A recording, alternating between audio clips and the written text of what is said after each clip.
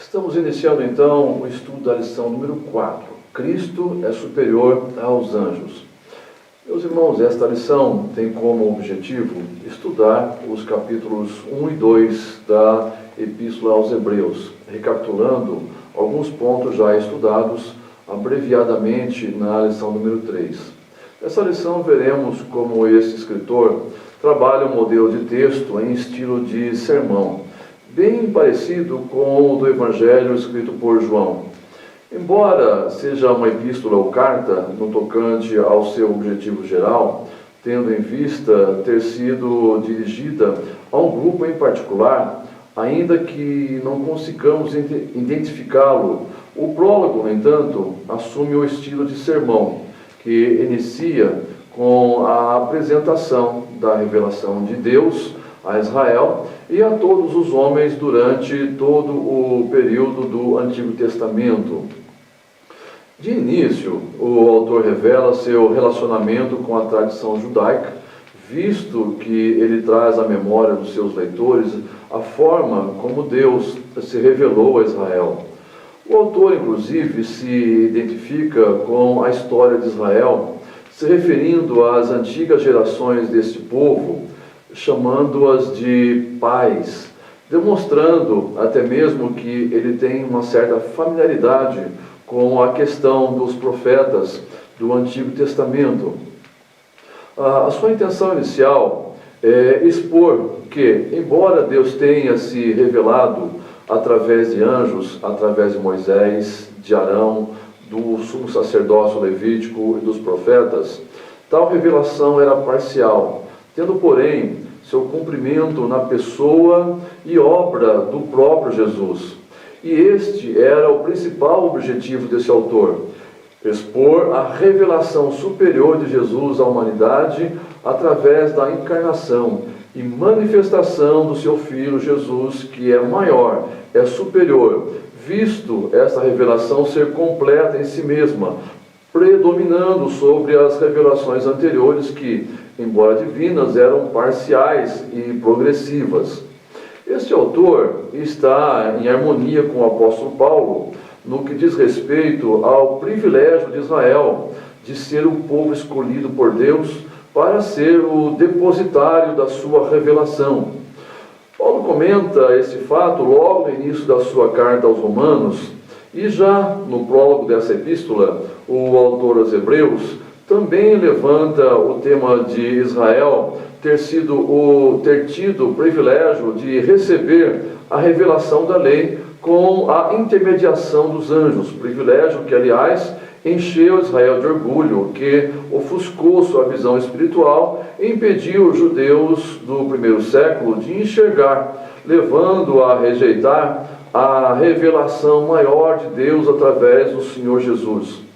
Como antecipei aos irmãos na aula anterior, com certeza foi muito difícil para os judeus, depois de 2000 anos, ouvindo e sendo ensinados sobre a soberania do único e verdadeiro Deus de Israel, conceber em sua mente que aquele simples e humilde carpinteiro de Nazaré fosse realmente aquele soberano Deus que havia mostrado a sua glória e autoridade tantas vezes na história de Israel.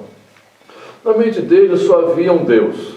Não poderia haver outro como o Deus de Israel. Na mente deles, aquele homem pobre e de aparência simples afrontava a Deus ao colocar-se em semelhança com ele. Com esta preocupação em mente e no coração, o autor de Hebreus ele se propôs a lembrar aqueles crentes judeus a respeito da divindade de Jesus, enfatizando a sua superioridade em relação a todos os elementos emblemáticos do judaísmo. E embora Jesus tenha renunciado ao seu trono e se tenha feito por algum tempo um pouco menor que os anjos, ele o fez para tornar-se o nosso intercessor junto ao Pai. Meus irmãos, na sequência da introdução, nós temos tanto o esboço que traz o título dos 5 textos a serem estudados, como também os objetivos da lição, para os quais eu chamo a atenção dos irmãos, por serem determinantes para a compreensão de cada lição. Tenha sempre em mente esta divisão dos textos.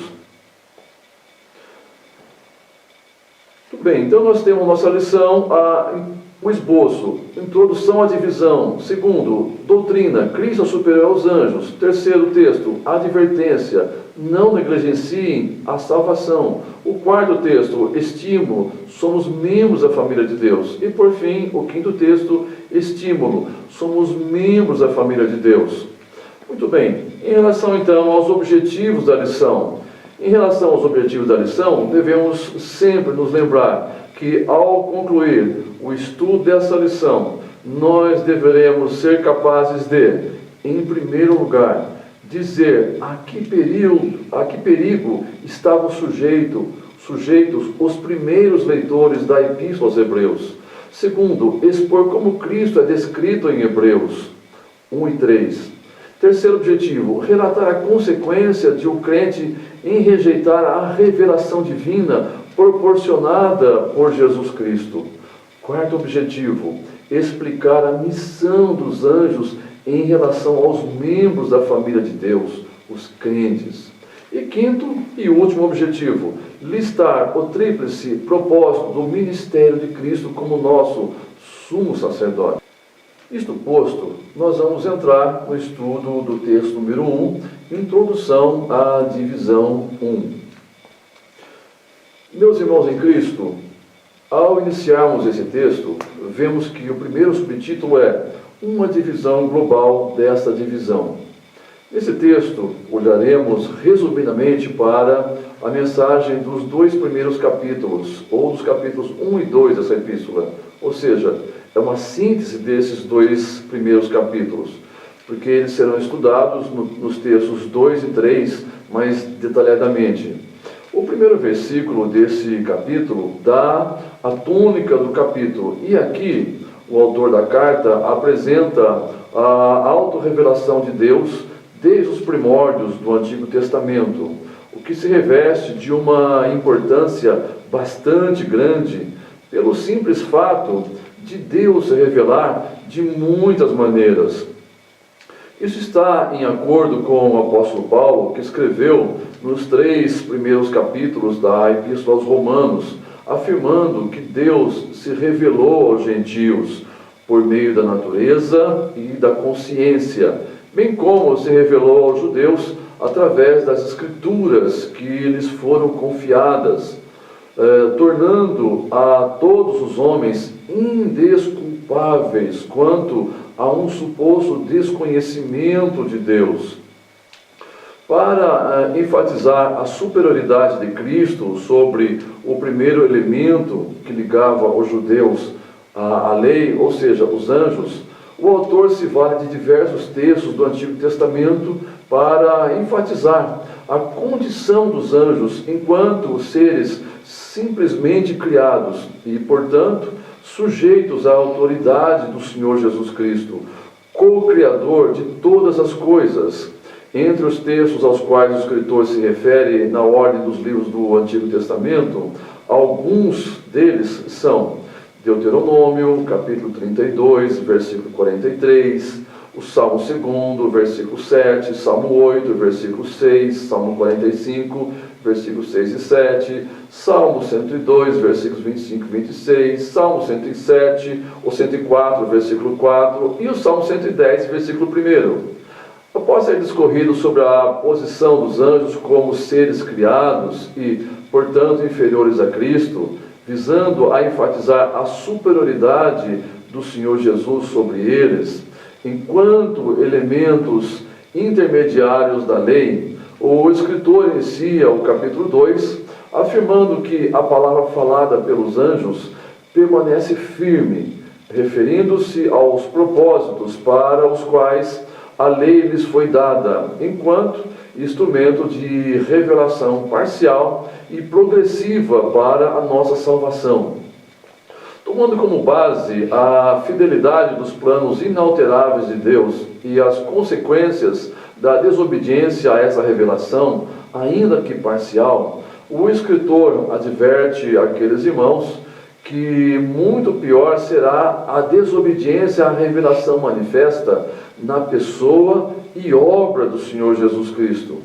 Ele faz séria demonstração àqueles crentes para que jamais negligenciem a grande salvação de Cristo.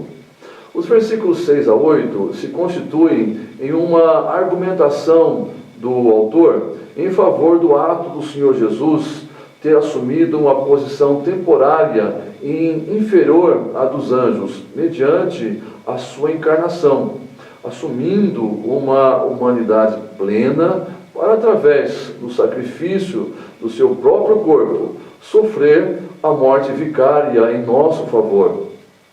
Esse escritor também, ele retoma o Salmo 8, versículos 4 a 6, aplicando uma hermenêutica messiânica a essa escritura, cumprida cabalmente e plenamente na humanidade de Cristo.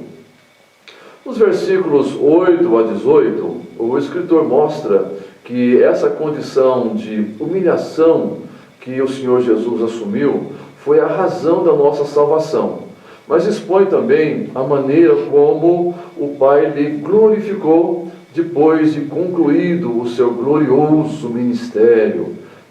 Isso pode ser conferido em Romanos, capítulo 1, versículo 3, 1 Coríntios, capítulo 15, versículos 22, 45, 47, Filipenses, capítulo 2, versículos 5 a 11, Efésios, capítulo 1, versículos 17 a 21. Note que eu estou só citando essas referências, mas o ideal é que o irmão ou a irmã confira essas referências em casa, devagar, com calma, orando, para que o Espírito Santo comunique essas verdades ao seu coração. No final desse subtópico, os irmãos têm um diagrama que ilustra como os estudiosos entendem a divisão feita pelo escritor de Hebreus nesse primeiro capítulo da epístola, conforme dissemos ainda há pouco. O próximo subtítulo, ou subtópico, é antecedentes históricos.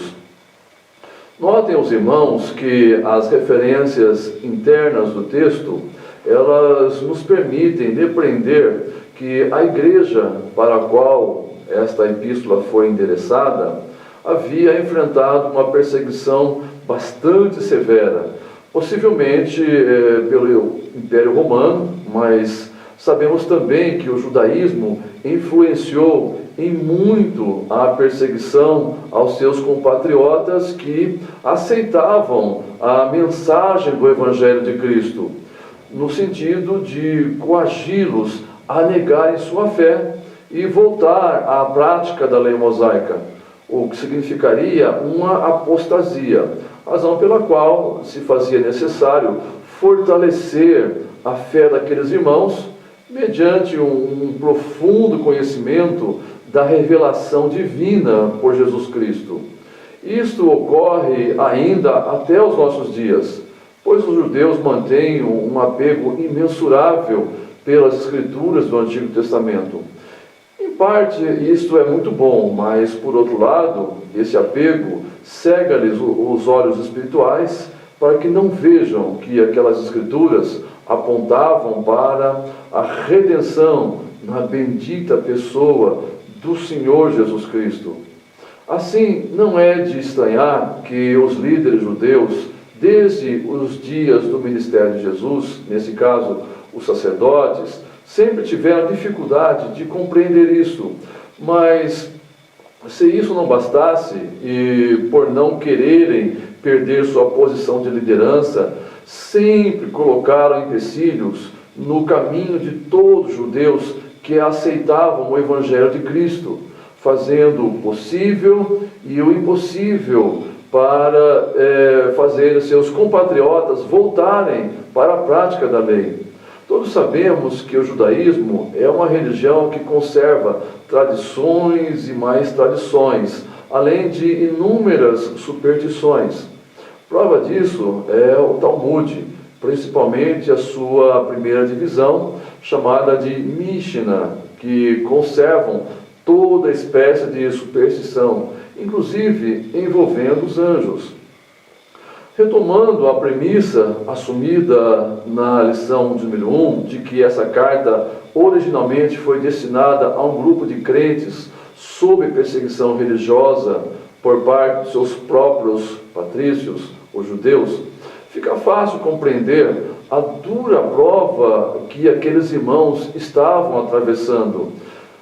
Possivelmente alguém tenha dificuldade de enxergar o tamanho da dificuldade de um judeu tornar-se cristão. Eu me lembro de quando há muitos anos tive a oportunidade de cooperar com o saudoso pastor Teodoro Tolkaniuk na venda do seu livro chamado Judite, a judia cristã, uma jovem de família judia que abraçou a mensagem do Evangelho. Que luta aquela moça enfrentou! Pela leitura desse livro, eu pude notar como é difícil para um judeu perseverar na fé em Cristo. O mesmo estava ocorrendo com esses irmãos hebreus. Que dificuldade aqueles irmãos estariam sofrendo! Possivelmente até se suporta sofrer perseguição de conterrâneos, mas ser desprezado pela própria família, isso realmente deve ser muito difícil. Os destinatários desta epístola tinham diante de si duas opções.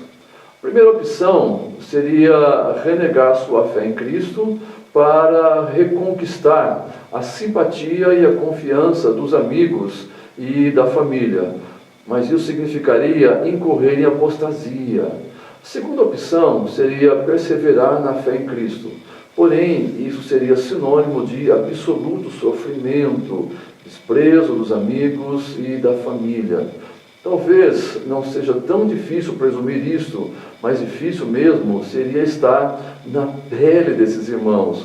Com certeza, o âmago das alegações dos judeus era o desrespeito à revelação divina dada através dos profetas e dos anjos.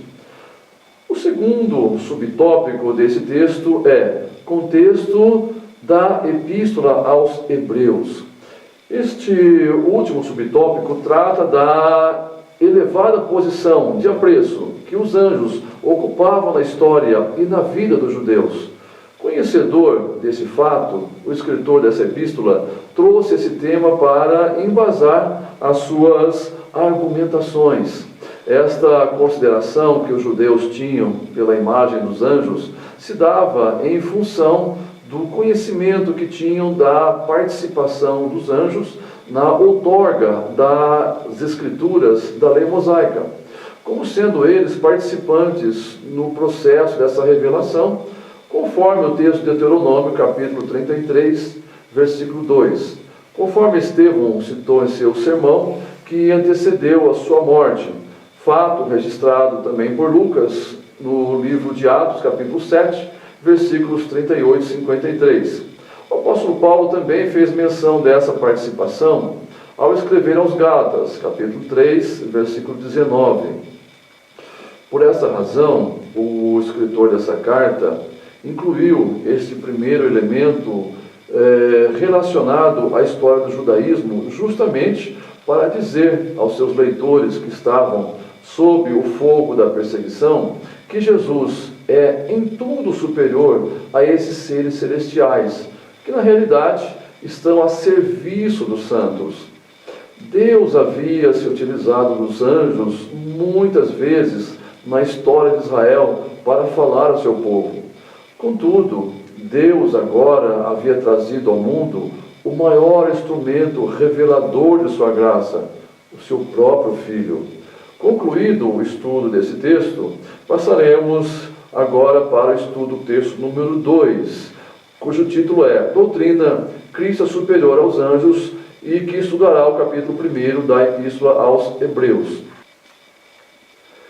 Concluído o estudo desse texto, passemos agora então, meus irmãos, para o estudo do texto número 2, cujo título é Doutrina, Cristo é superior aos anjos, e que estudará o capítulo 1 da Epístola aos Hebreus. Meus irmãos, esse texto visa a enfatizar a posição superior do Senhor Jesus Cristo exposta pelo escritor dessa carta, mostrando como o Rei Supremo do Universo, deixando contudo o seu trono de glória para vir à terra e habitar entre nós. Antes, porém, de nos debruçarmos sobre a superioridade de Cristo sobre os anjos, é necessário lembrar que o escritor, ele inicia essa epístola afirmando que Deus se revelou e se revela, isto é, Deus é um Deus imanente. E eu gostaria de fazer essa primeira afirmativa do autor um pouquinho mais clara. A expressão paz, no versículo 1, remete aos judeus antepassados. Mas note que, de qualquer forma, esta afirmação revela que Deus é imanente, ou seja, ele nunca se manteve distanciado, alienado do homem pecador.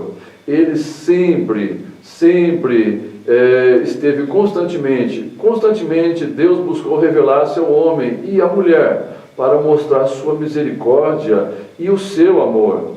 O autor de Hebreus, primeiramente, cita a participação dos profetas, dos quais Deus se utilizou para se revelar, fazendo com que essa revelação profética no antigo Israel fizesse com que esse povo se distinguisse dos demais.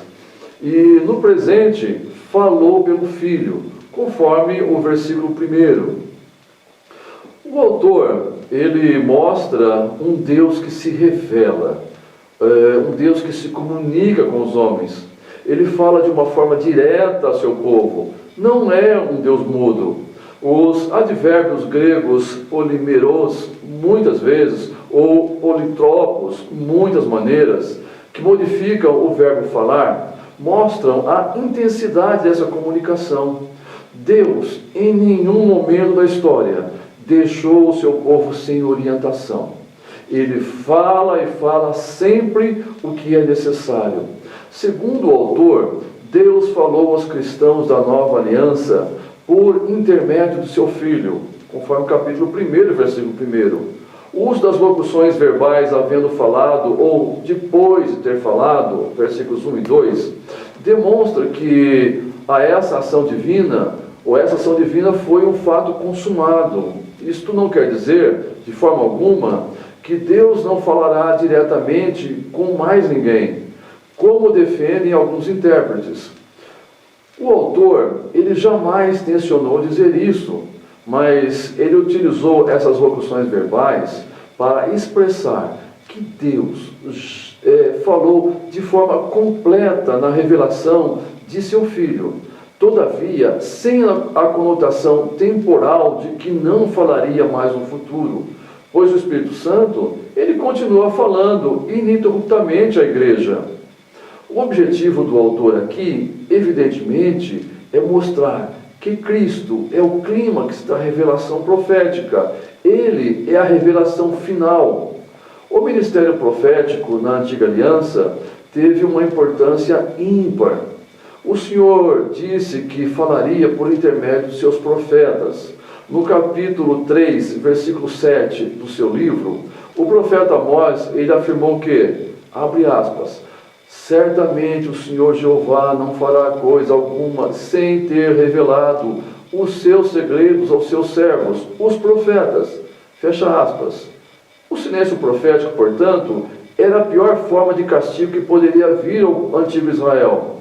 Os profetas eram importantes, mas a relevância deles estava muito longe daquela possuída por Jesus, o Filho de Deus. Os profetas eram apenas servos, mas o Filho era o herdeiro de Deus e o agente da criação, conforme o versículo 2. Ele é o redentor do mundo. Nenhum profeta morreu de forma vicária pelo povo de Deus. Essa revelação foi notória, embora progressiva, isto é, ela teve uma trajetória crescente durante toda a história do homem, desde a criação, alcançando a sua culminância na pessoa e no ministério do Senhor Jesus, pela mensagem da perfeita redenção.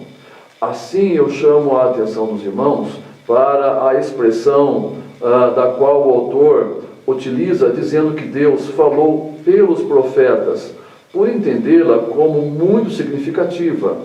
É vital que entendamos que, embora o profetismo tenha sido um dos períodos áureos da revelação de Deus a Israel, enquanto período oficial e determinado dos profetas, começando por Samuel até João Batista, o autor aqui, entretanto, ele não está se restringindo a esses profetas.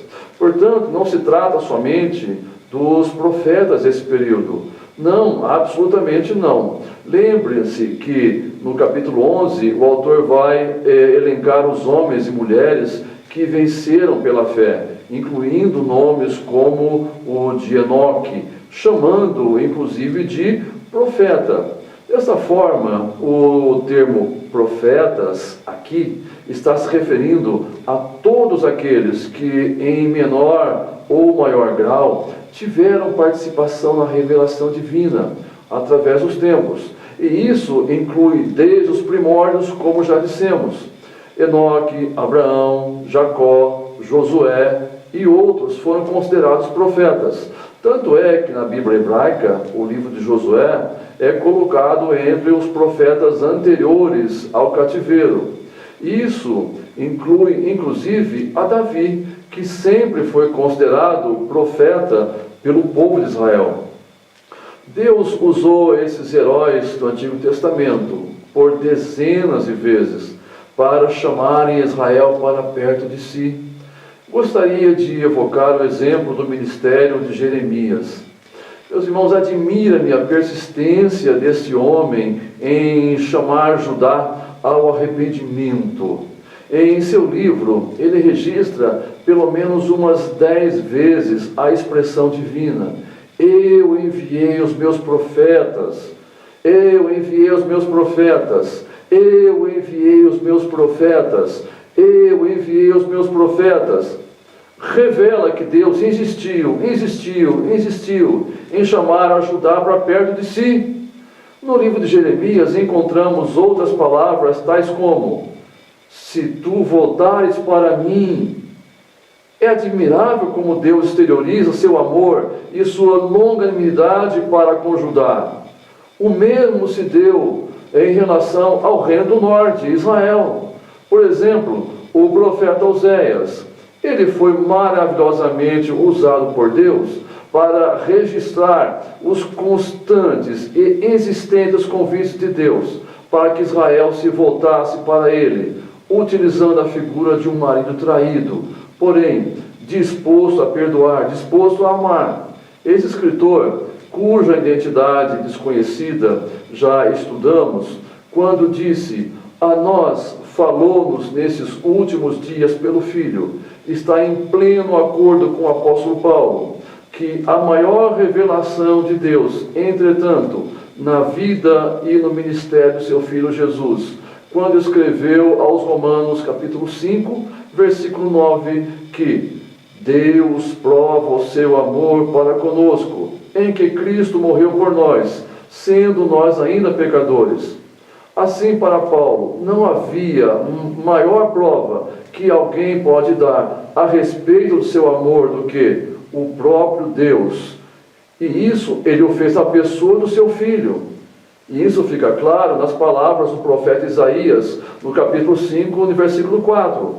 Que mais se podia fazer a minha vinha que eu não tenha feito? Esse texto escancara o amor de Deus revelado mesmo no Antigo Testamento. E Deus esgotou todos os seus métodos de se comunicar com o seu povo. Nos últimos momentos da sua vida terrena, Jesus desabafou isso pela última vez, dizendo: Jerusalém, Jerusalém, que matas os profetas e apedrejam os que te são enviados.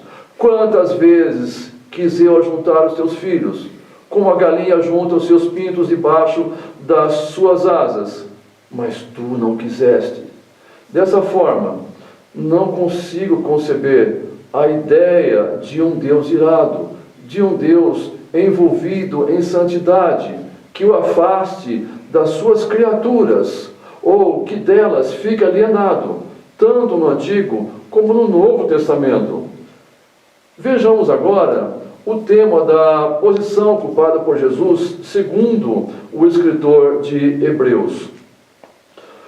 O primeiro subtópico que temos neste texto é herdeiro de todas as coisas.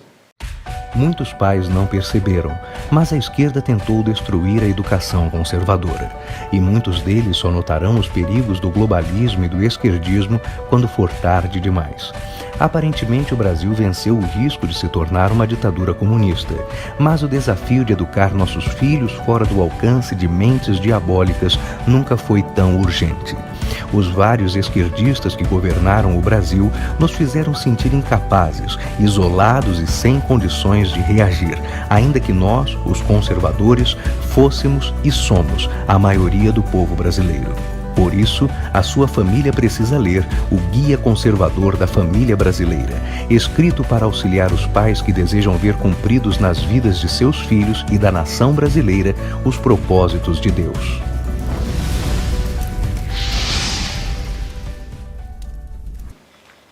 Meus irmãos, nos versículos 2 e 3, o autor qualifica a Jesus como herdeiro de todas as coisas, dizendo: a quem constitui o herdeiro de todas as coisas, pelo qual também fez o universo.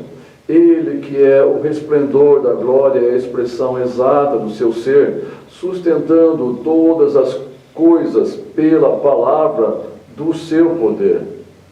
A palavra herdeiro se refere ao propósito original da criação. Deus não fez os mundos primeiro e colocou-os sob o domínio do Filho depois. Por isso, o direito de herança é mencionado antes do propósito da criação. E visto que o Filho foi constituído herdeiro de todas as coisas antes da criação, o próprio Filho deve ter, assim, existido. O vocábulo herdeiro, conforme é usado nesse contexto, não traz em si a ideia de entrar na possessão após a morte de um primitivo possuidor. Ao contrário, parece ser derivado de uma palavra hebraica que significa simplesmente adquirir ou possuir. Em sua forma mais simples, significa senhor, possuidor ou soberano. Nesse sentido, a Bíblia judaica utiliza o adjetivo proprietário de todas as coisas. O versículo 3 descreve Cristo como o sustentador do mundo, constituindo uma das maiores declarações da sua divindade. Compare esta verdade com o versículo 10 desse mesmo capítulo. Há evidência existente de outra conexão entre a herança aqui expressa e o versículo 3 que diz: havendo feito por si mesmo a purificação dos nossos pecados, assentou-se à destra da majestade nas alturas. Existe uma herança dupla. O Filho é herdeiro por criação, isto é, personificou em si mesmo o propósito do Pai e é herdeiro pela redenção da possessão, comprada também. Em vista disso, ele é soberano sobre todo o universo. Neste versículo, o Pai está falando com o Filho quando diz: no princípio, Senhor, lançaste os fundamentos da terra, e os céus são obras das tuas mãos. Capítulo 1, versículo 10. Observamos que o Pai chama o Filho de Senhor. Também as palavras no princípio mostram que Cristo atuou juntamente na criação do universo. Vale a pena citar Ebert, quando diz no comentário bíblico na Epístola aos Hebreus, página 19, abre aspas: quão próprio e natural que aquele, por intermédio do qual o universo foi feito, depois de ter se humilhado e realizado a vontade graciosa do Pai, como recompensa, fosse também investido no domínio do universo, como herança permanente. Fecha aspas. O próximo subtópico que temos nesse texto é Cristo, a expressão de Deus. Cristo é o resplendor da glória de Deus e a sua expressa imagem, Hebreus 1 e 3. Ele não apenas reflete a glória de Deus, ele emana essa glória, como o sol reflete o seu próprio resplendor. Meus irmãos, há duas palavras desse texto que merecem um estudo um pouco mais detalhado na língua grega. A primeira é a palavra hipóstasis, presente no texto original e significa originalmente substância, essência, pessoa, o alicerce, o substrato, que veio a ser interpretado como firmeza, propósito, resolução ou determinação, e remete-se ao Filho como expressão exata da substância ou essência do Pai internamente. A segunda palavra grega utilizada pelo escritor aqui é caractere e reflete ou provém da ideia de selo ou gravação, uma impressão, uma estampa. Refere-se a um caractere ou impressão feita por um carimbo ou por um selo, mas também indica o traço característico ou a marca distintiva, razão pela qual indicava uma reprodução exata. O erudito Scott disse não existir um vocábulo inglês que traduzisse exatamente o significado desse termo. Diz ele, se houvesse um sentido de expressão, isto é, uma imagem expressa, que correspondesse à impressão, essa palavra seria a que melhor equivaleria. Fecha aspas. Mas esse termo pode referir-se ao agente ou ao instrumento de gravação, porém, mais comumente, refere-se à estampa ou à letra e à figura gravada, que é usada para fazer impressão na cera. Significa, portanto, uma semelhança exata ou uma representação característica. Por isso, a tradução expressão exata do seu ser parece comunicar a verdade mais especificamente do que a tradução impressão de sua substância. Essa última implica antes a cera do que o selo, pelo qual a impressão é feita. Assim, a expressão exata do seu ser é às vezes traduzida como a impressão de sua substância. Assim, se considerarmos que a palavra grega apalgasma significa resplendor, brilho, referindo-se à aparência de Deus externamente, ela então estará relacionada com a expressão hipóstasis. Esse termo, na versão de Almeida, revista e corrigida, é traduzido por glória, enquanto que a versão revista e atualizada traduz a palavra como expressão. Assim, na versão de Almeida, revista corrigida, temos o resplendor e a expressa imagem de sua pessoa. E na versão de Almeida, revista atualizada, a tradução é a expressão exata do seu ser. Daí que, nesse caso, a frase expressão exata significa ter as mesmas qualidades essenciais de Deus, isto é, Cristo é plenamente igual ao Pai em todas as suas qualidades e atributos.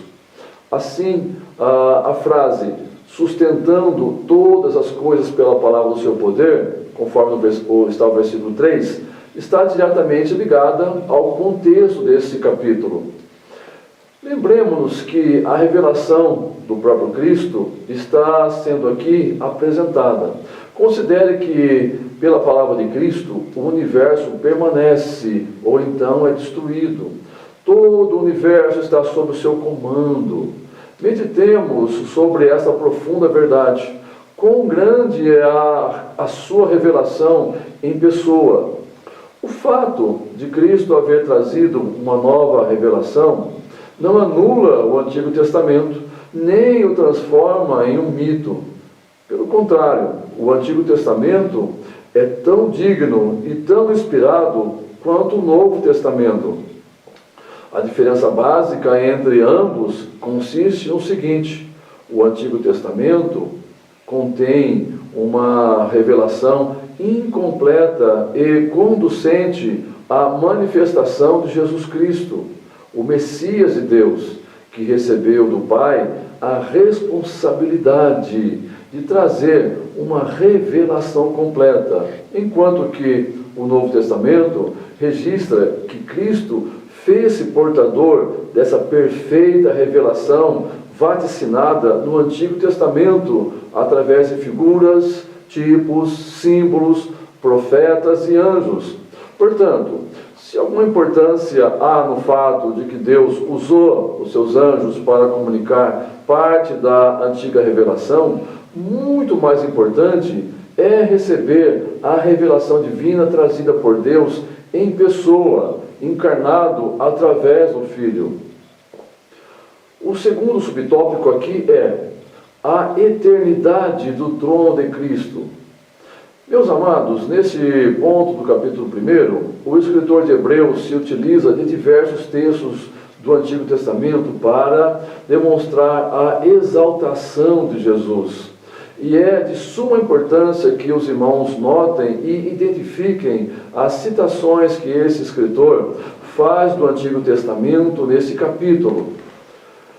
Como verificaremos no texto anterior, ou como verificamos no texto anterior, entre os textos aos quais o escritor se refere, na ordem dos versículos desse primeiro capítulo, alguns são: em primeiro lugar, o versículo 5 é uma citação do Salmo 2, versículo 7.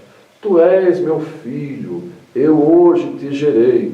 Conquanto não seja diretamente profético, o Salmo é, não obstante, uma antecipação da vinda do ungido, que traria consigo julgamento e bênção, identificando o Messias de Deus como o Filho de Deus. Mas é também uma citação de segundo livro de Samuel, capítulo 7, versículo 14, que se refere à aliança de Deus com Davi. Eu lhe serei por pai e ele me será por filho.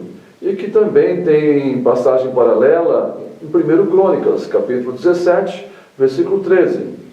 Ambos os textos faziam menção à expectativa de um rei messiânico, que trará o cumprimento das promessas de Deus.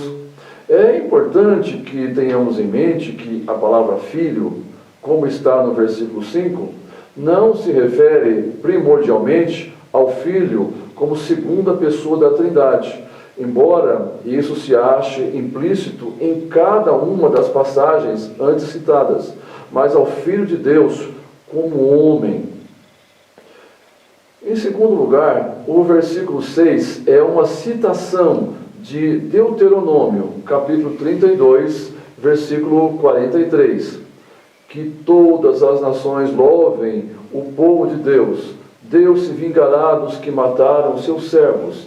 Ele se vingará dos seus inimigos e perdoará os pecados do seu povo. Essa citação consiste de palavras provenientes da Septuaginta, embora haja uma passagem paralela em Salmos 97 e versículo 7 que diz: prostrai-vos diante dele, todos os deuses. Porém, a Septuaginta traduziu isso como todos os seus anjos. Em terceiro lugar, o versículo 7 é uma citação do Salmo 104, versículo 4. Faz dos seus ventos seus mensageiros, dos seus ministros um fogo abrasador. A citação apresenta uma descrição da função dos anjos, a qual, de modo muito decisivo, coloca os anjos em posição subserviente, agindo segundo o querer de Deus, pois eles são seus mensageiros. Em quarto lugar, o versículo 8 é uma citação do Salmo 45, versículos 6 e 7. O teu trono, ó Deus, é eterno e perpétuo. O cetro do teu reino é um cetro de equidade. Entende-se que as palavras usadas originalmente nas bodas de um rei têm aplicação total, completa, ao Filho de Deus. Em quinto lugar, os versículos 11 e 12 são uma citação do Salmo 102, versículos 25 e 26, que diz: desde a antiguidade fundaste a terra, e os céus são obra das tuas mãos. Eles perecerão, mas tu permanecerás, todos eles, como uma veste envelhecerão, como roupa os mudarás, e ficarão mudados. Em sexto lugar, o versículo 13 é uma criação, ou uma citação, do Salmo 110, versículo 1. Disse o Senhor ao meu Senhor: assenta-te à minha mão direita, até que ponha os teus inimigos por escabelo dos teus pés. É a citação mais longa dessa cadeia. No meio de suas provações, o salmista louva ao Senhor que provê a permanência e a segurança que tanto lhe faltam. Tais palavras devem-se ao Filho, tendo em vista a eternidade do Filho em comparação com o que é transitório. Em sétimo lugar, o versículo 13 também é uma citação do Salmo 8 e versículo 6. Tudo puseste debaixo dos seus pés. Aqui o autor tem em mente a ascensão de Cristo à posição de honra e autoridade, sem paralelo à mão direita do Pai. Ali ele exerce seu reino, havendo nesse texto, porém, os aspectos da era escatológica que serão realizados no futuro. Chamo a atenção dos irmãos que, entre outros fatores envolvidos nesse texto, nota-se que o autor ele dá autoridade ao Antigo Testamento na medida em que o cita, e ao mesmo tempo ele constrói um elo entre o Antigo e o Novo Testamento. Muito bem, meus irmãos, concluído o estudo desse texto, passaremos ao estudo do texto de número 3, a advertência.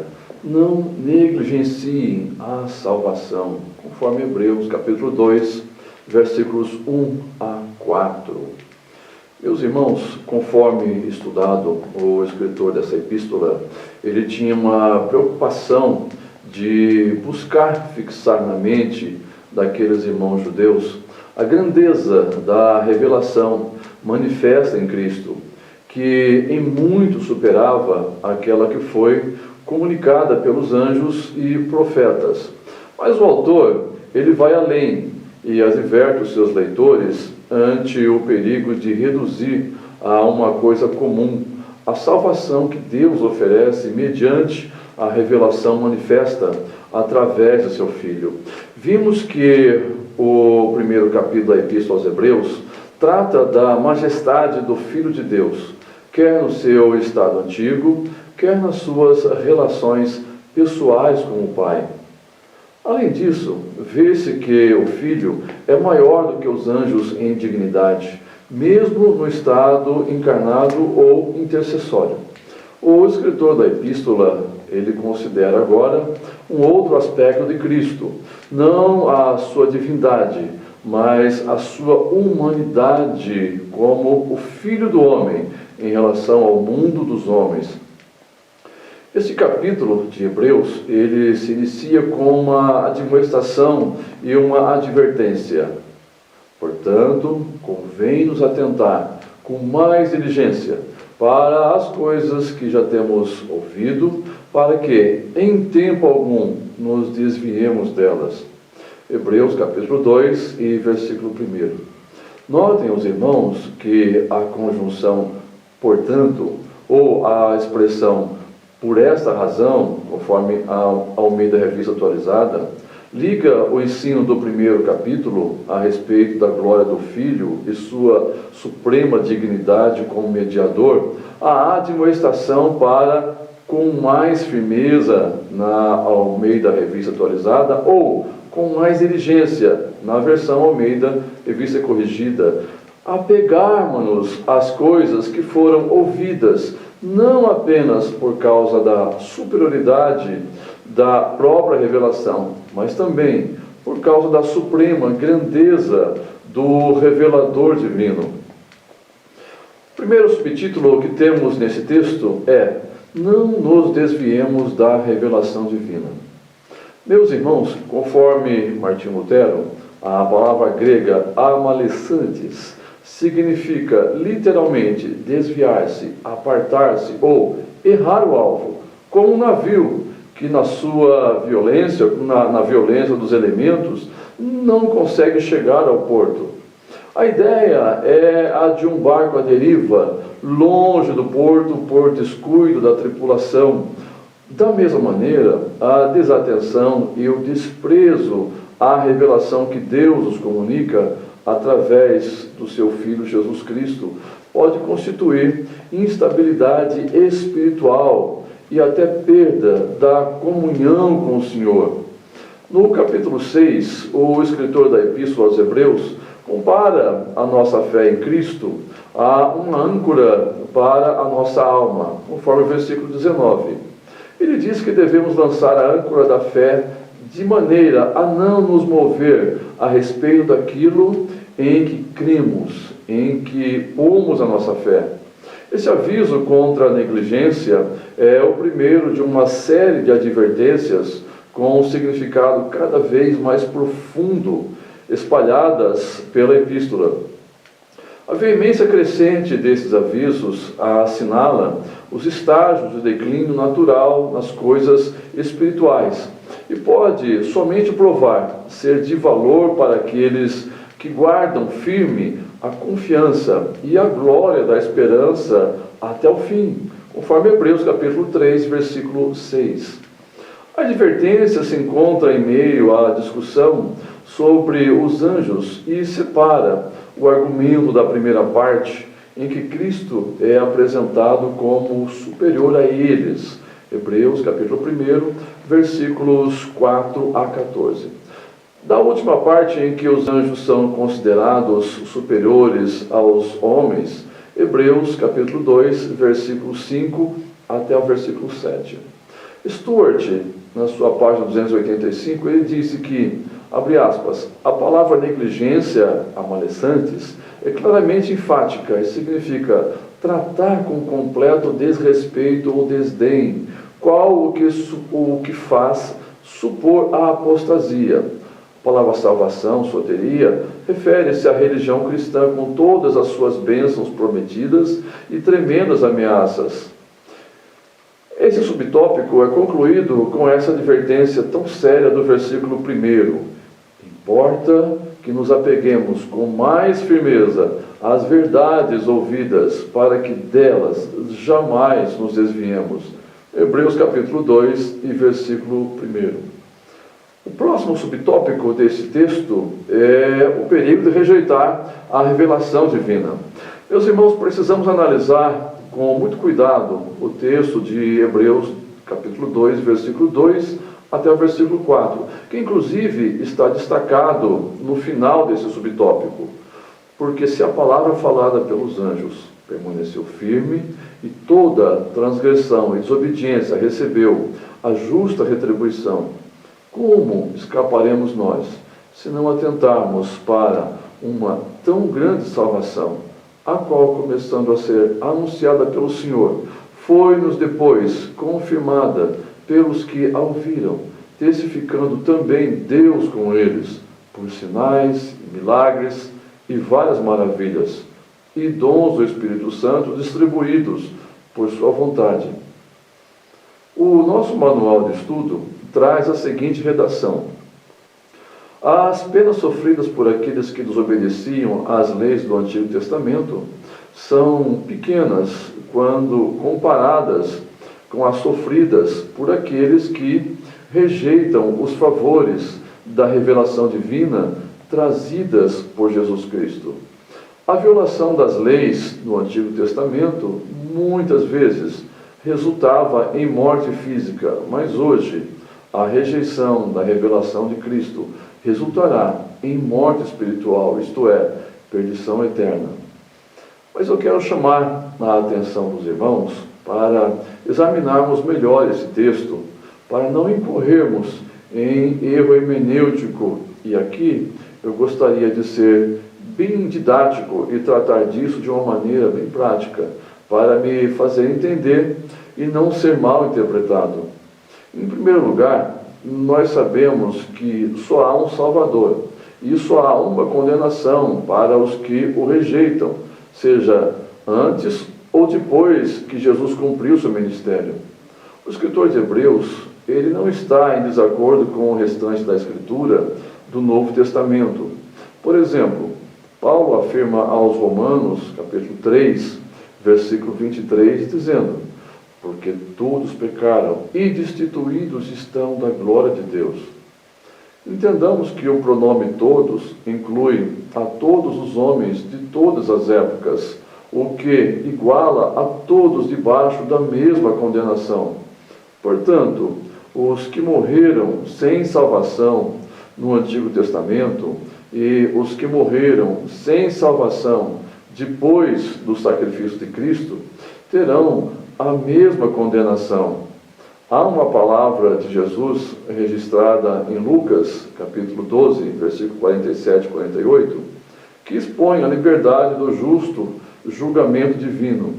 Também, na Epístola aos Romanos, capítulo 2, versículo 12, Paulo assim se expressa: pois todos os que sem a lei pecaram, sem a lei também perecerão.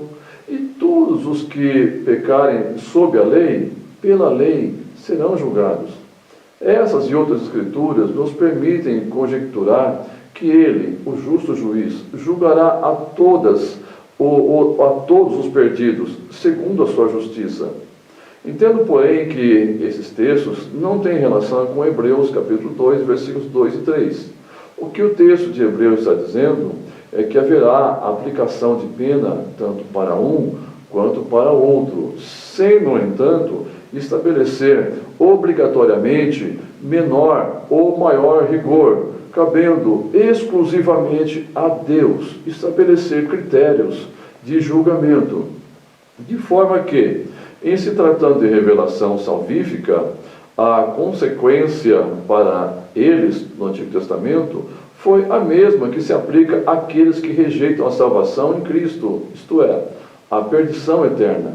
Ambos resultarão em morte espiritual, embora haja, logicamente, consequências que todos sofremos nesta vida em função dos pecados e erros que cometemos, cada um assumindo maiores ou menores consequências. Mas isto é outra coisa. Vejo sim que o que está em foco aqui é uma maior responsabilidade, ou seja, não haverá justificativa ou argumentos para a rejeição deliberada à graça oferecida no Calvário. Nesse sentido, Vaughan observou que o verbo grego amalessantes, negligenciar, designa o descaso dos convidados para as bodas, na parábola contada por Jesus em Mateus capítulo 22, versículo 5, e traz em si a ideia de menosprezo, mais do que a noção de recusa ao convite. No caso dos cristãos judeus, a quem este escritor se dirige, corriam o mesmo perigo daqueles crentes da Galácia, a quem Paulo acusa de terem começado bem a carreira na fé, tendo, porém, voltado para a prática das tradições judaicas. Esses irmãos corriam o risco de voltar ao judaísmo, o sistema religioso a que tinham renunciado para abraçar a fé cristã. Por isso, ao instar que os cristãos judeus atentassem com mais diligência para as coisas que tinham ouvido sobre Cristo e a salvação, o escritor da epístola advertiu de que um dos maiores perigos para o cristão é precisamente desviar-se descuidada e inconscientemente de sua ancoragem. O contraste entre as palavras faladas pelos anjos e por Cristo traz em si a mesma ideia que os termos lei e graça, usados no sentido mais abstrato por Paulo na Epístola aos Gálatas. Em Hebreus, todavia, os termos anjos e Cristo são mais concretos e pessoais. Como a lei foi o tutor para levar-nos a Cristo, a dispensação dos anjos que introduziu a lei com todas as suas gloriosas sanções foi a preparação para a obra do Filho de Deus. E como a lei foi dada pela dispensação dos anjos, assim também eles foram incumbidos da sua execução. Isso foi ilustrado com clareza por duas parábolas de Jesus. Primeira, a do joio.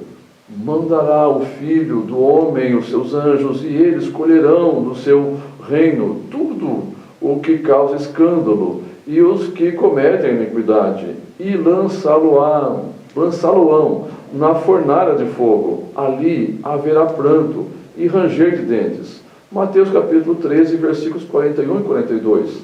E a segunda, a parábola da rede, em que o nosso Senhor diz: assim será na consumação dos séculos.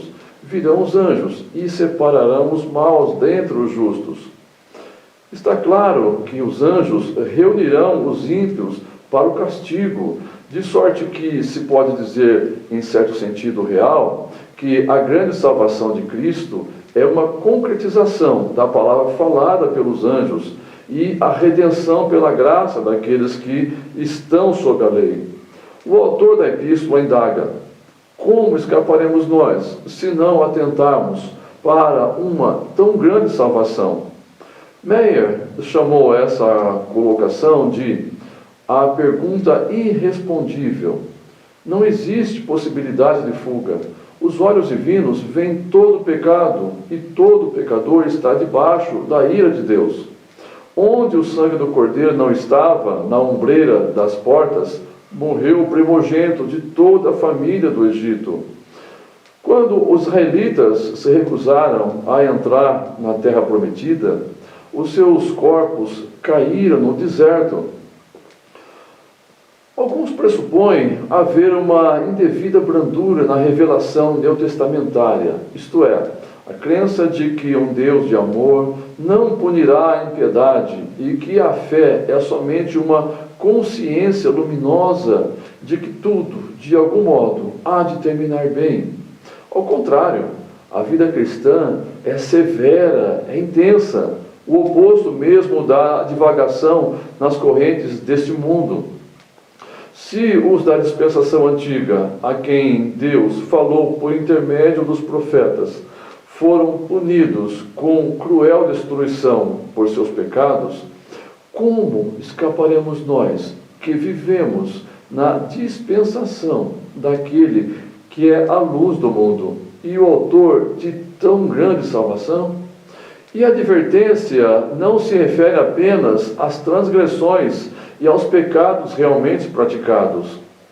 É especialmente contra o simples desviar-se, não dispensar a devida atenção, deixar de confiar no sangue de Jesus que expia os pecados, não dar a Deus sua medida plena de devoção. São essas coisas que não somente tornam a fuga do juízo impossível, mas intensificam a severidade do castigo para aqueles que negligem tão grande salvação. Meus irmãos, nós poderíamos nos deter muito nesse assunto, mas nós precisamos ir para o estudo do texto número 4, cujo título é Estímulo. Somos membros da família de Deus. Aqui nós estudaremos os versículos 5 a 9 do capítulo 2 da Epístola aos Hebreus. Meus irmãos, este texto nos apresenta uma conexão existente entre o capítulo 1 e o capítulo 2, que nos conscientiza sobre a advertência, mas também sobre o estímulo esboçado pelo escritor de Hebreus em relação à atividade dos anjos para ministrar em favor daqueles que servem a Deus. Os irmãos têm no manual de estudo um diagrama que mostra como este versículo pode ser aplicado no capítulo 2. Os irmãos então poderão verificar. Nesse diagrama nós temos, em primeiro lugar, doutrina, anjos enviados para servir aos herdeiros da salvação, capítulo 1 e versículo 14. Na parte direita, advertência, não negligencieis tão grande salvação, capítulo 2, versículos 1 a 4. Como também se desmembra em estímulo, Cristo se tornou homem para nos tornar parte da família de Deus, conforme os versículos 5 a 18 do capítulo 2.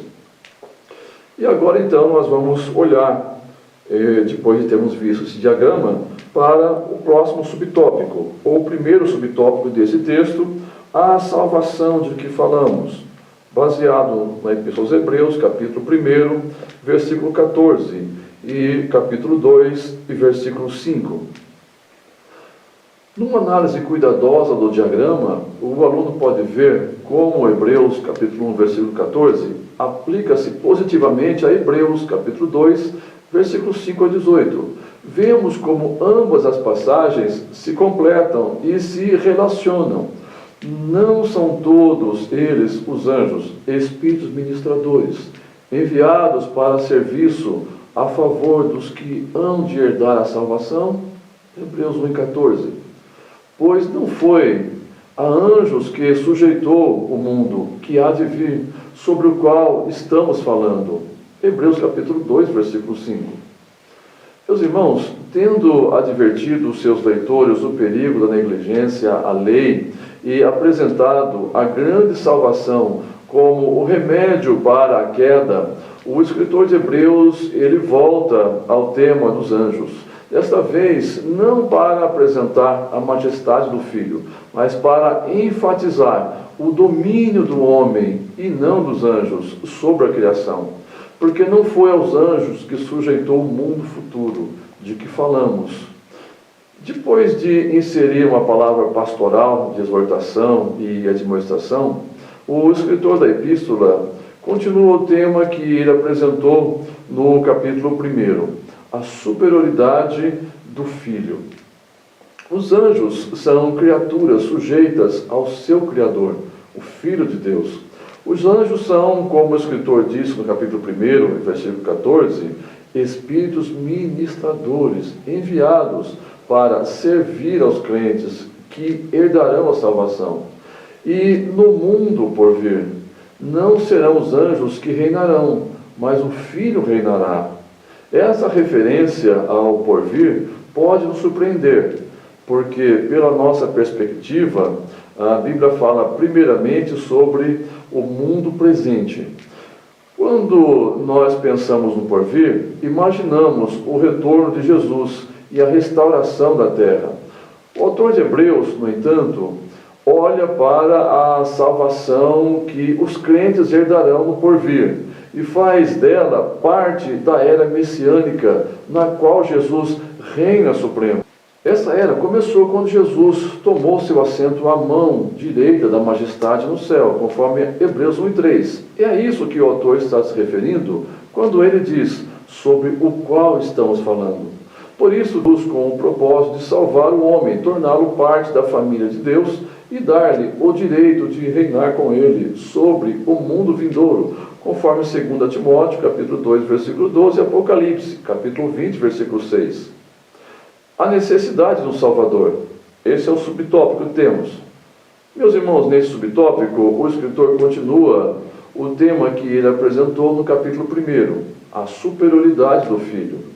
Nos versículos 6 a 8, lemos: que é o homem que dele te lembres, ou o filho do homem que o visites, fizeste-o por um pouco menor que os anjos, de glória e de honra o coroaste, e o constituíste sobre as obras das tuas mãos.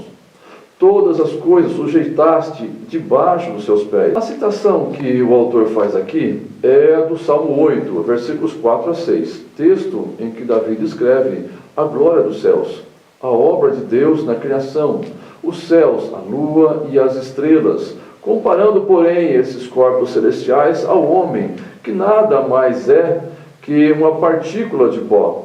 E Deus ainda assim se lembra dele e cuida dele, pois o homem foi feito à imagem e semelhança de Deus, conforme Gênesis capítulo 1, versículos 26 e 27.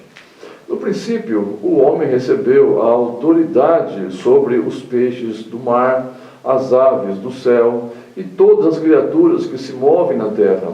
Note que Deus também ordenou a Noé e a seus filhos, dizendo: sede fecundos, multiplicai-vos e enchei a terra. Pavor e medo de vós virão sobre todos os animais da terra e sobre todas as aves dos céus. Tudo o que se move sobre a terra e todos os peixes do mar nas vossas mãos serão entregues. Gênesis capítulo 9, versículos 1 e 2. Tudo que Deus fez é colocado sob os pés, no caso do homem.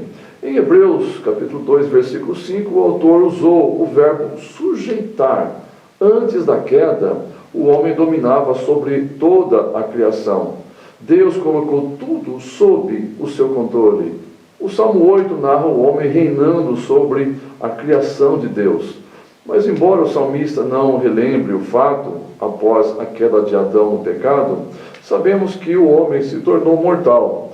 Davi não menciona a mortalidade do homem, mas meramente escreve sobre a aparente insignificância do homem.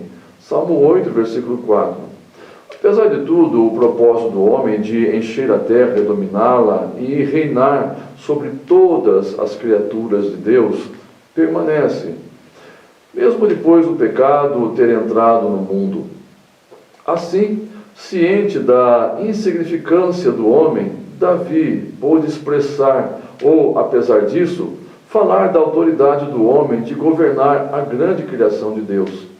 Mas notem os irmãos que o autor da epístola possivelmente tenha escolhido utilizar os versículos 4 a 6 do Salmo 8 da Septuaginta e não do texto hebraico. Pois, enquanto na Septuaginta o Salmo 8, versículo 5, traz a palavra anjos, o texto hebraico diz: vós o fizestes um pouco menor que os seres celestiais, ou do que Deus. Essa tradução dizia que o homem tinha sido colocado em um nível mais baixo do que os seres angelicais. Porém, o escritor aos Hebreus afirmou que o homem do porvir não será sujeito aos anjos. Como fica isso? As palavras, vós o fizestes um pouco menor, na verdade, indicam que Deus rebaixou o homem de uma posição mais alta para uma mais baixa. O homem compartilhava a imortalidade com os anjos até a sua queda no pecado. Mas na ressurreição, o homem novamente será igual aos anjos. Ele será imortal, conforme Mateus capítulo 22 e versículo 30. No entanto, o termo um pouco pode ser entendido como significando tanto grau, ou seja, a posição do homem na criação de Deus, quanto tempo, por um período curto de tempo. No Salmo 8, versículo de número 6, na Septuaginta, a palavra grau, ou seja, um pouco, mas no contexto do capítulo 2 de Hebreus, deve-se preferir definitivamente como referência a tempo. Ao explicar o texto a Jesus em Hebreus 2 e 9, o autor parece favorecer a interpretação temporal do termo um pouco. Essa interpretação significa que, por um pouco de tempo, o homem é colocado num nível mais baixo do que os anjos. Isso indica que os anjos são superiores ao homem e receberam autoridade para governar? De maneira nenhuma. Em nenhum lugar na Escritura lemos que Deus honrou os anjos da maneira como ele honrou o homem. Somente o homem foi coroado com glória e honra. Essa expressão indica a posição exaltada do homem, dominador sobre a criação de Deus. Nesta última linha da citação do Salmo, o autor ele procura transmitir o pensamento de que todas as coisas, incluindo os anjos, estão sujeitas ao homem, isto é, o autor sugere que na eternidade os anjos não governarão o homem. Ao contrário, como espíritos ministradores enviados para servir aqueles que herdarão a salvação, conforme Hebreus 1:4. Eles estão sujeitos ao homem. Mas nesse versículo 8, o escritor estava se referindo a Deus ou ao homem? É possível que o autor quisesse dizer: Deus colocou tudo sob Cristo, embora no presente não vemos tudo sujeito a Cristo. Ao contrário, algumas traduções desse texto mostram que a ênfase deveria estar sobre o homem. Elas dizem: abre aspas, mas de fato nós ainda não vemos todas as coisas em sujeição ao homem, fecha aspas. Por causa da expressão homem em Hebreus 2 e 6, e a aparente similaridade entre a citação do Salmo 110, versículo 1 em Hebreus 1 e 13, por estrado dos teus pés, e a última linha da citação do Salmo 8, versículo 6, em Hebreus 2 e 8, todas as coisas sujeitaste debaixo dos teus pés, é possível interpretar Hebreus 2 e 8 messianicamente. No entanto, é preferível interpretar a citação do Salmo como se referindo primeiro ao homem e depois a Cristo.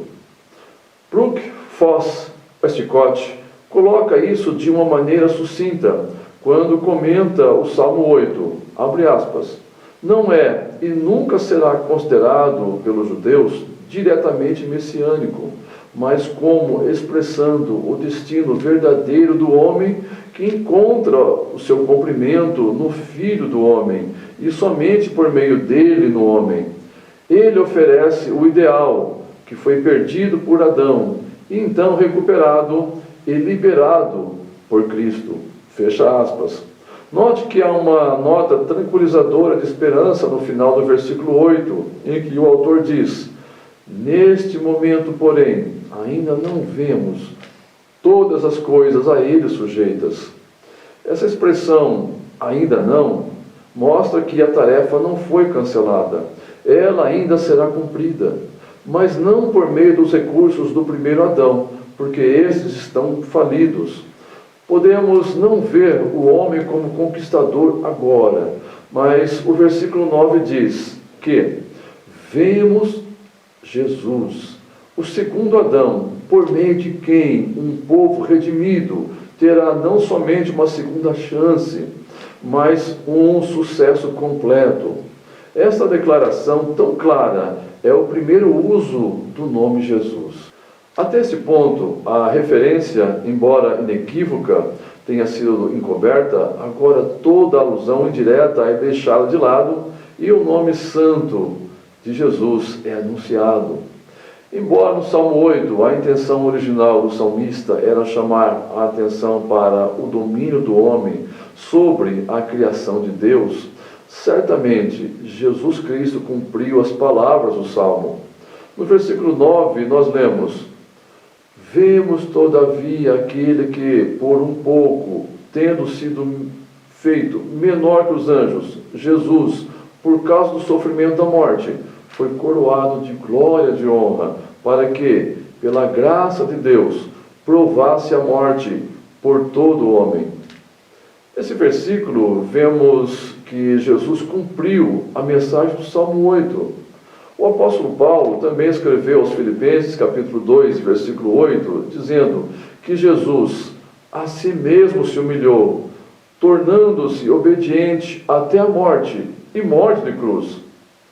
Por causa de sua humilhação, especialmente a sua morte e sepultamento, ele se tornou menor que os anjos por um pouco. Jesus, então, é descrito como um homem que, de fato, cumpriu o que o primeiro Adão falhou em cumprir por causa do pecado. Jesus, ele tornou-se homem, sofreu, morreu e foi sepultado. Quando sua humilhação terminou, ele não era mais menor do que os anjos. Seu estado de exaltação realizou-se totalmente quando ele foi coroado com glória e honra, isto é, quando ele subiu aos céus para tomar o seu assento à direita da majestade, nas alturas, conforme Hebreus 1 e 3.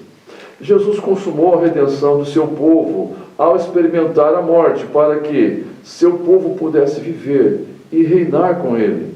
O texto não diz que Jesus morreu, mas que ele experimentou a morte por todos. Essa frase não é somente uma expressão idiomática hebraica, com o verbo morrer, mas as palavras provasse a morte são uma expressão gráfica da pura e dolorosa realidade da morte que é experimentada pelo homem e que foi sofrida também por Jesus.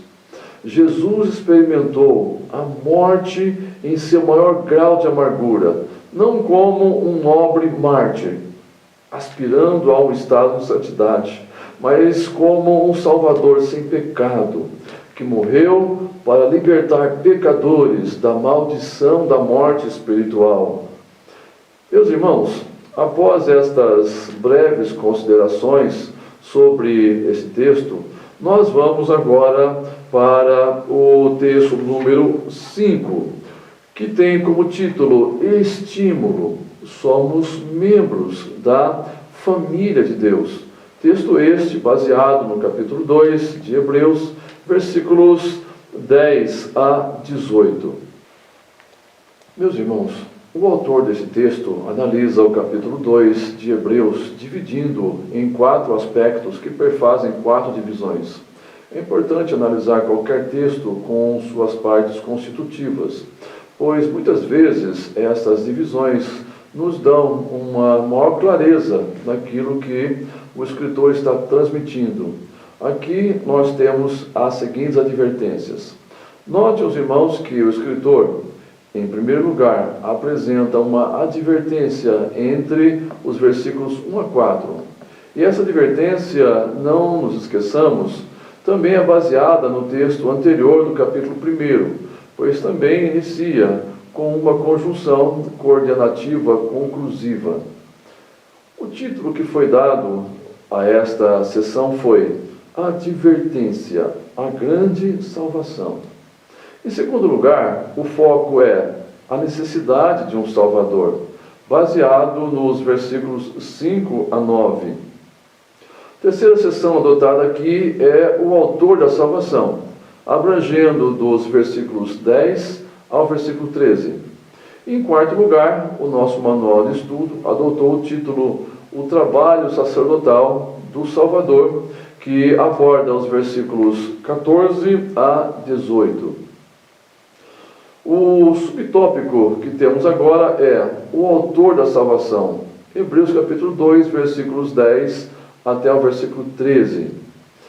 Meus amados, eu chamo a atenção dos irmãos para o fato de que o Midrash dessas 3 últimas citações vem antecipado no texto, isto é, nos versículos 10 e 11, nos quais ele explica essas citações.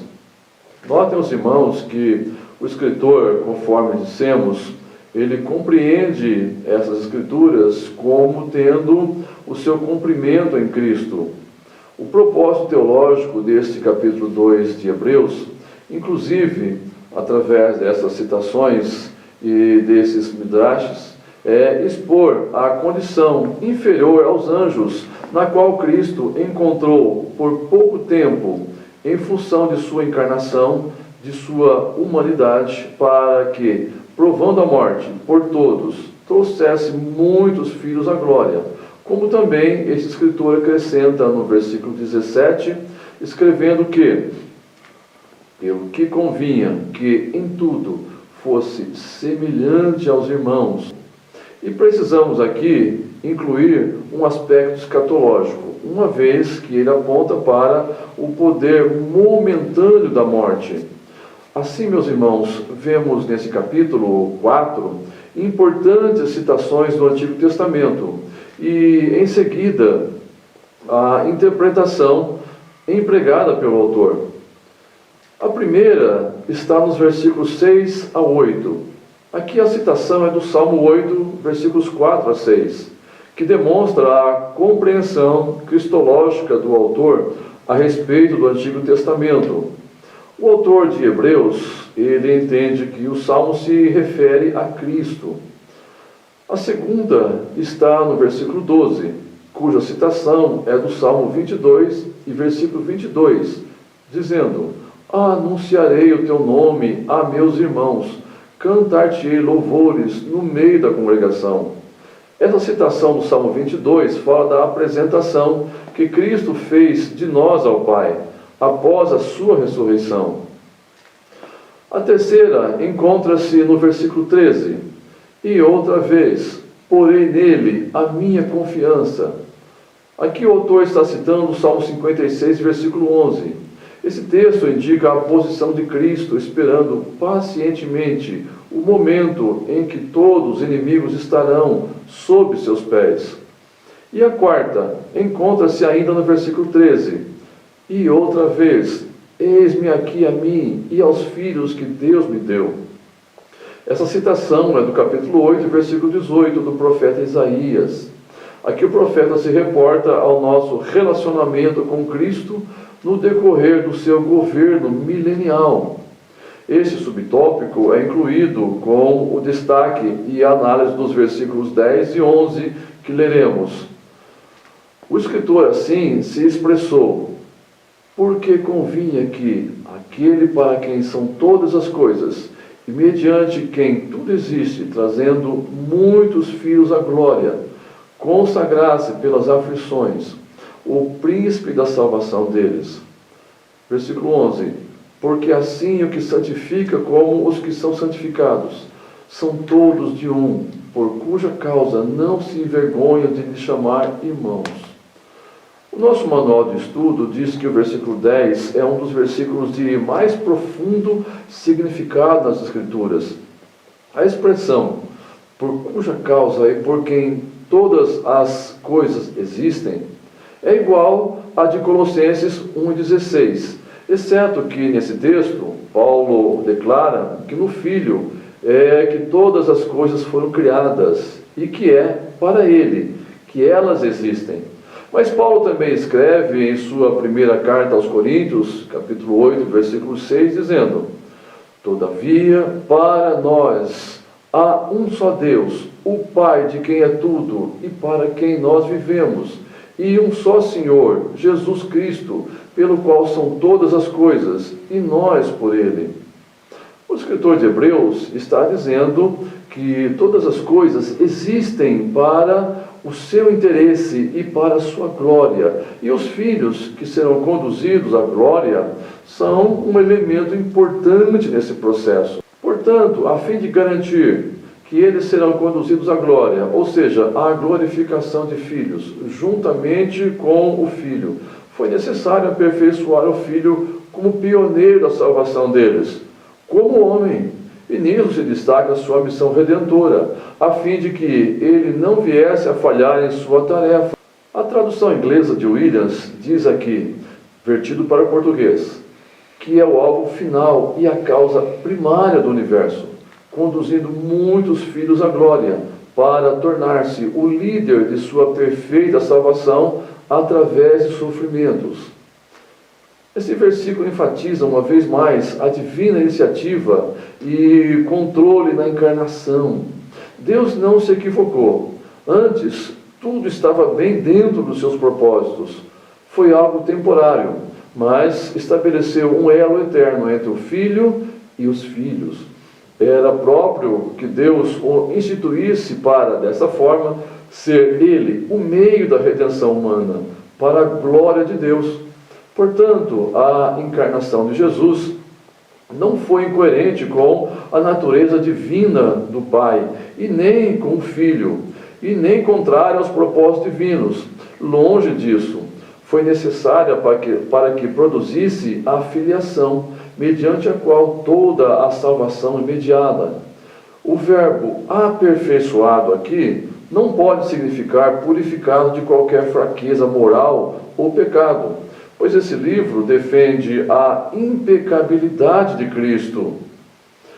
Mas, ao identificar-se com o homem, ele tomou sobre si mesmo as imperfeições humanas.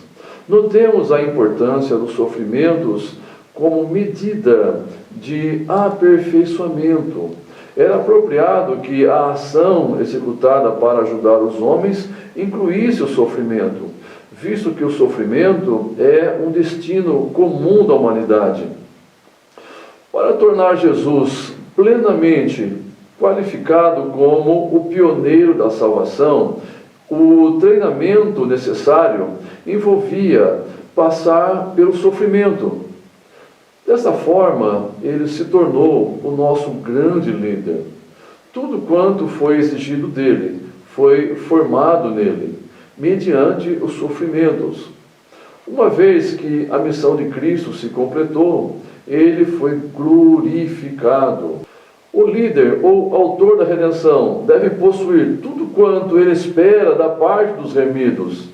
É mister que sua humanidade seja aperfeiçoada e deve ter em si mesmo toda a experiência humana, como a alegria e a tristeza, como o esforço por obter a vitória na inquisição espiritual. É mister que tenha tudo e passe por tudo, quanto os remidos experimentarão. Ora, isto ocorreu na encarnação. Nisso se vê quão profundamente ele está associado a nós. Ele tomou sobre si tudo quanto somos, a fim de podermos obter tudo quanto ele é em sua glorificação, em que ele entrou, devido à sua perfeição. Cristo foi o primeiro homem a percorrer a vereda da vitória sobre o pecado, para nós a trilharmos, pois ele é o pioneiro do caminho. Na moderna igreja evangélica, a divindade de Cristo tem sido enfatizada às custas de sua humanidade. Em Cristo, ou um Cristo docético, tem sido criado na atitude real, embora não quanto às declarações doutrinárias.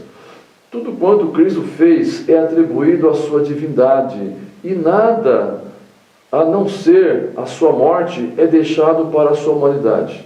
Mas Jesus foi homem real e deixou de lado suas divinas prerrogativas, embora não a sua natureza divina. O que ele fez, fê-lo como homem. O que ele sofreu e aprendeu, fê-lo como homem. Suas obras poderosas eram feitas através do poder do Espírito Santo. A palavra autor no grego é archegos, que é combinação de duas palavras, isto é, começar e liderar, ou seja, aquele que lidera em uma série, um líder encabeçador. Essa palavra também é usada nos textos de Atos, capítulo 3, versículo 15, versículo 5, versículo 31, e Hebreus, capítulo 12, versículo 2.